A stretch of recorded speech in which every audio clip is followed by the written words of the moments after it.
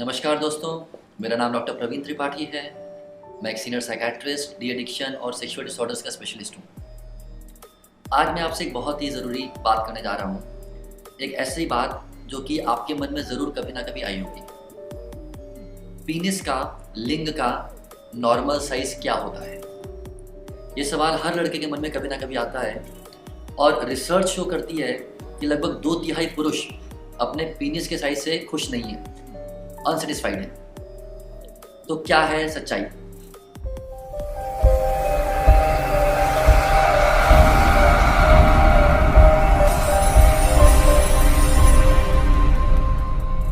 अधिकतर लोगों को ये लगता है कि उनका पीनिस का साइज थोड़ा छोटा है। ऐसा क्यों लगता है? क्योंकि ये लोग पहले पोर्नोग्राफी देखते हैं, ब्लू फिल्म देखते हैं। उस ब्लू फिल्म में जो मेल है उसके पीनिस के साइज को देखते हैं और उसके साइज से अपने आप को कंपेयर करते हैं।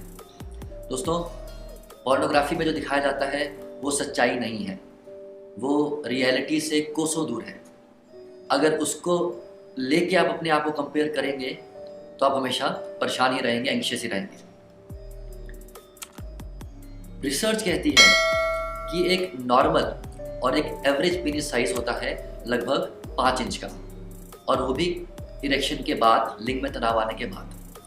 90% लोगों का लिंग का साइज 5 इंच से 1 इंच या तो कम या फिर 1 इंच ज़्यादा के बीच में होता है। यानी कि अगर मैं एक रेंज बोलूँ तो 90% लोगों का लिंग का साइज 4 इंच से लेके 6 इंच के बीच में होता है इरेक्शन होने के बाद। रिसर्च कहती है कि सिर्फ 1% लोग दुनिया में, 1% मेल्स ऐसे हैं दुनिया में जिनका कि लिंग का साइज इरेक्ट होने के बाद 7 इंच से भी ज़्यादा है, और इन लोगों में सेक्सुअल सेटिस्फेक्शन एक्चुअली कम होती है। ऐसा क्यों? लोगों का मानना है कि जितना बड़ा पीनिस का साइज उतना ज़्यादा सेटिस्फेक्शन होती है फीमेल को। ऐसा नहीं है। जितना ज़्यादा पीनिस का साइज बड़ा होता है उतना ज़्यादा पेन होता है फीमेल को सेक्सुअल इंटरकोर्स में। रिसर्च कहती है इरेक्शन मैटर करता है, पीनिस का हार्डनेस मैटर करती है, पीनिस की लेंथ मैटर नहीं करती। तो समराइज करने के लिए 4 से 6 इंच का पीनिस यदि है इरेक्ट स्टेट में तो वो नॉर्मल माना जाता है। कुछ लोग आके मुझसे कहते हैं कि सर जब इरेक्ट नहीं होता है उस टाइम तो बहुत ही छोटा हो जाता है। देखो, बिना इरेक्शन के, जिसको हम बोलते हैं लिम्प पीनिस का साइज बहुत वेरी करता है और मोस्टली वेरी करता है टेम्परेचर के हिसाब से। तो लिम्प पीनिस को आपको नापने की ज़रूरत ही नहीं है, क्योंकि वो एकदम बेकार की चीज़ है। लिम्प पीनिस को नाप के कोई फ़ायदा नहीं है। फ़ायदा है इरेक्ट पीनिस को नाप के, और फ़ायदा है सही मेजरमेंट को जान के। कई बार जिन लोगों का पीनिस नॉर्मल भी होता है उनको भी वो छोटा लगता है, क्योंकि जब आप अपने पीनिस को देखते हैं तो आप ऊपर से देख रहे हैं अपने पीनिस को। वो जो आँखों का एंगल है वो भी पीनिस को और छोटा करके दिखाता है। अगर आप उसी पीनिस को शीशे के सामने खड़े होकर देखेंगे तो आपको ज़्यादा लंबा दिखेगा। तो ये सब 3-4 फैक्टर्स, अपने आप को पोर्नोग्राफी से कंपेयर करना, अपने आप को खुद से ऊपर से देखना, या फिर गलत स्टैंडर्ड्स रखना, इन वजहों की वजह से एक इंसान टेंशन में आ जाता है कि क्या मेरे पीनिस साइज में कुछ दिक्कत है। साइज़ के बाद थोड़ी सी बात कर लेते हैं एंगल की। कई बार पेशेंट आके दुखी होकर मुझे बताते हैं कि सर पोर्नोग्राफी में देखा कि उनका जो एंगल है पीनिस का एकदम ऊपर की तरफ है, हमारा तो ऐसा नहीं है।